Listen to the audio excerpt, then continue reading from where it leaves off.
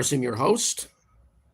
I guess the wise guy himself. I'm actually not a wise guy. For all intents and purposes, right here on YouTube, I function as one.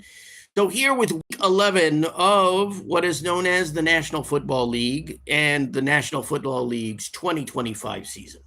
So, we're already past the middle part of the season. Well, the official middle part. And now we're getting into the stages, the early stages of the later season of the NFL here in 2025. So let's look at the action thus far and see, and let's take a look, more importantly, at what I have to say about the NFL's Week 11. So starting out with the Thursday night game, the Patriots and the Jets. The Jets actually played a pretty good game here. They lost to the Patriots, and the Patriots are now one of the best records in the NFL, if not the best record thus far. I think we're 9-2 with this win. I'm sure the Colts will catch up. But the Patriots are one of the turnaround stories of 2025 in the NFL. This was a team that had less than I think they had even less than 5 wins, I believe, in 2024. And now they have about 9 wins right now. And they're on their way to probably winning the AFC East. So that means that the Buffalo Bills, if they get into the playoffs, will be a wild card team. So that should be interesting this year. It may be a more interesting AFC. It's hard to say. The main deal will be if the Chiefs don't make it to the playoffs this year. If the Chiefs don't make it to the playoffs this year, then anything goes in the AFC in regards to the postseason. But the Patriots played a good game against the Jets. I don't know if this was as explosive as the game against the Buccaneers. I think that was more of an important game for the Patriots to win. Because the knock on New England is the same as the Jets. They're not playing teams with winning records. They're playing teams that are lackluster, to poor, or just playing bad, and they're winning games, which is not their fault. It's what schedule they have, as dictated by the NFL. But the Patriots beat a solid gold or a solid clear winning team in the Buccaneers last week. And the Jets played pretty well. They got a couple touchdowns. I don't think they weren't able to convert as much into the second half. And they weren't really able at some point. And they had a good first series, the Jets did. And Justin Fields got some first downs with his feet running. But the Patriots are a bit too much for the Jets. And I note this game not because of the Jets, but because the Patriots are looking to be one of the potential catalysts in the postseason this year. It's going to be very interesting what's going to happen with them. This was a game played in Europe, I think in Berlin. Dolphins, Commanders. Now, there's not much you could say about these teams. The Commanders are having a bad year this year. Basically, things have come apart. Their defense pretty much is poor to lackluster. And their offense is kind of suffered because of, injuries, especially Jaden Daniels, who I think is out for the season. This was actually surprisingly a good game. I thought it might be an interesting game. I thought it might be a good back and forth, and it was.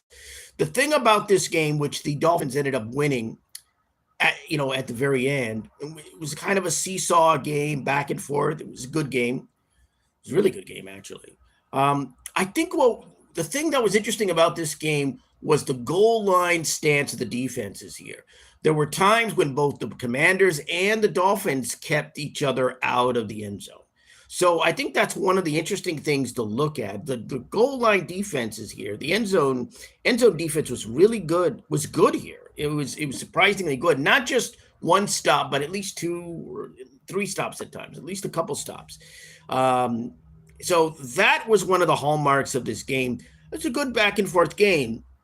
2 teams that aren't great, but I think their offense, both teams were able to get down the field, and both teams were able to score well enough. It was a closely contested game. I think the Commanders really needed to win this game. They didn't. and the Dolphins aren't going anywhere. So, but it was a good game, surprisingly good game, which the Dolphins ended up winning. The Bills Buccaneers is one of the big games of the year. Not of the year, but you could argue that. The Bills Buccaneers game was what I hoped it would be.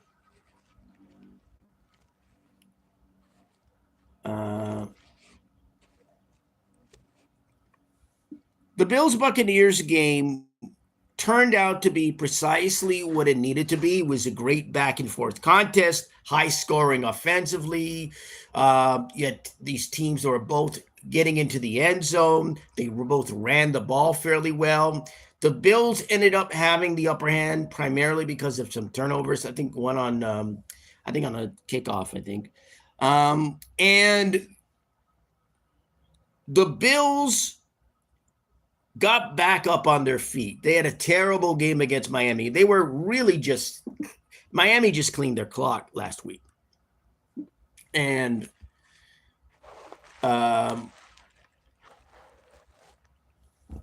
they were able to regain their footing, and they got a much needed victory. This was a tough game for them. You know, they had a kind of, some people might say, unexpected loss against Miami last week, and they're facing a good, solid team that also lost. So this was precisely what I thought it would be, and that's not always the case with NFL games, right? They're never entirely what you think they might be. This was precisely what I thought it would be. Fairly high scoring, you know, the scoring over 20 points each, touchdowns, rushing plays, a good deal of rushing in this game, some turnovers. And it lived up to what I had hoped and predicted it might be. Very good game. Bills managed to win this by a couple touchdowns. The Bills can't afford another game like Miami or even Atlanta. And I said this about the Bills before on the Writer Report. You can listen to that on mixlr.com. That's mixlr.com. You can check that out. I'm on there on Mondays offering my NFL Hot Topics segment analysis. But I said this on the game. I said this when the Bills lost to the New England Patriots. I said they have to be very careful because the Patriots, if they keep winning, they could get this division. And I was right. And it looks like I might be right. But the Bills can't afford losses. They really can't. And now it looks like the Bills are going to be a wild card team if they get to the playoffs. So at this point, they got to minimize the losses here. They got to see if they can get about 10 wins at this point. I think if the Bills lose about 3 more games, they're in trouble. If they get about 3 more losses and they haven't gotten near 10 wins, they may be in some trouble. So I warned the Bills. I don't know if they're a Bills fans that watch this or who had listened to me on the Writer Report, but they had to be careful. But this was a wonderful game, great game. I highly recommend it. Check it out if you get the chance. Bills, Buccaneers. Bills ended up winning this game. I'm going to mention a couple more games before I head off. Panthers-Falcons was a really good game. I've had a feeling that this might be a kind of closely fought game, and it was.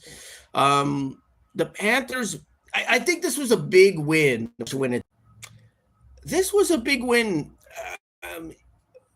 because this season for the Panthers has been better than last year, right? They've actually, they actually have won. Now they have a winning season right now. Whether that's going to hold is the story, but they have a slightly winning season right now.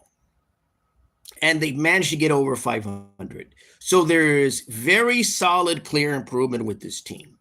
And they won a good, solid, close game against Atlanta. And I think the key for the Panthers is that the offense has to be able to lead the way and to be able not just to get points on the board, which they can do, they've got to be able to play consistently offensively, I think. And if they're not able to do that, then they'll probably lapse into a few losses.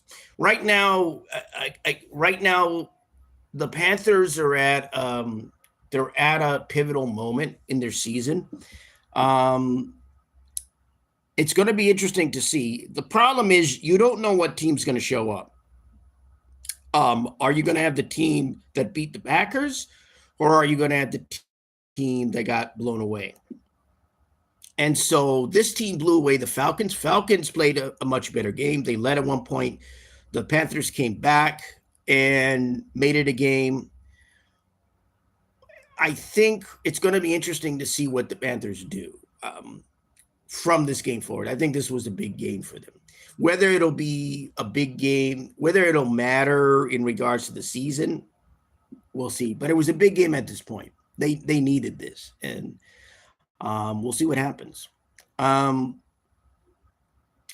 course, I'm going to talk about Bears Vikings, and there were some good games, but I'm going to end on I'm going to bet on a couple games. One is the Steelers Bengals.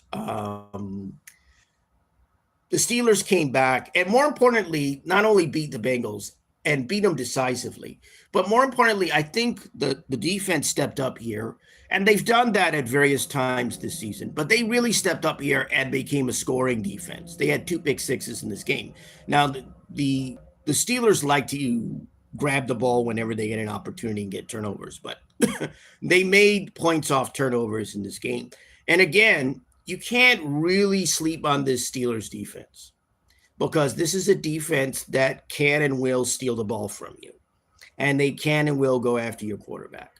But they've got to be in a position to do that. That front 4 or 5, they've got to be able to get penetration, and they've got to be able to slow down your defense. And Aaron Rodgers is out. I haven't heard as of yet.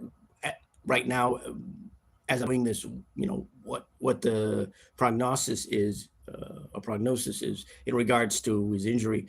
But Mason Rudolph did a decent job. But if he's out for the season, and I don't know if that's the case, but if he gets out for the season, I think it's going to be another lost season for the Steelers. And I say that as a Steelers fan. They might make it to the playoffs, but I don't think they're going to go very far. Not with Mason Rudolph leading them. Finally, Bears Vikings. I've said that the Bears are the luckiest team in the NFL. And this was a good, solid victory for the Bears. And I actually liked this victory. I didn't dislike the other victories that the Bears had, but I liked this victory for the Bears. And here's why. There's nothing special about it. There's no blocking of a field goal like they did in the Raiders game. There's no getting a turnover and getting in field and winning position, getting the points to win like they did in the Commanders game. There's no rushing for a 50-plus yard touchdown with less than 20 seconds to go like they did in the Bengals game. There were no kind of disastrous plays for the other side like there was in the Giants game where they came back. The Bears came back in this game. They came back. It was a great run, great return. You had to put that, Williams gets a first down picked up too. They get in field goal range, they kick a field goal. This was actually the most normal victory for the Chicago Bears. And that's important because at this point, and I said this about the Bears, not only that they're luckiest team, they're putting it together. This is another turnaround story, much like the Patriots. The Bears are putting this together. They're learning to win games. This is a team that all these weird games that they won, I consider them weird. They would have lost last year and the year before that, and probably a couple years prior. But they're now winning these games. And this game with the Vikings is just a plain solid win. And so what the Bears clearly have right now is the confidence to be able to go down the field and get a win. Not rely on fortune or providence, or luck, but just do what they need to do in terms of plays, in terms of special teams, in terms of offense, and then special teams again with the kick. And that's really important. And that's it for another edition of the Wiseguy Show. Again, the Wiseguy Show, getting you wise to what's going on in the NFL in 2025. Until next time, America.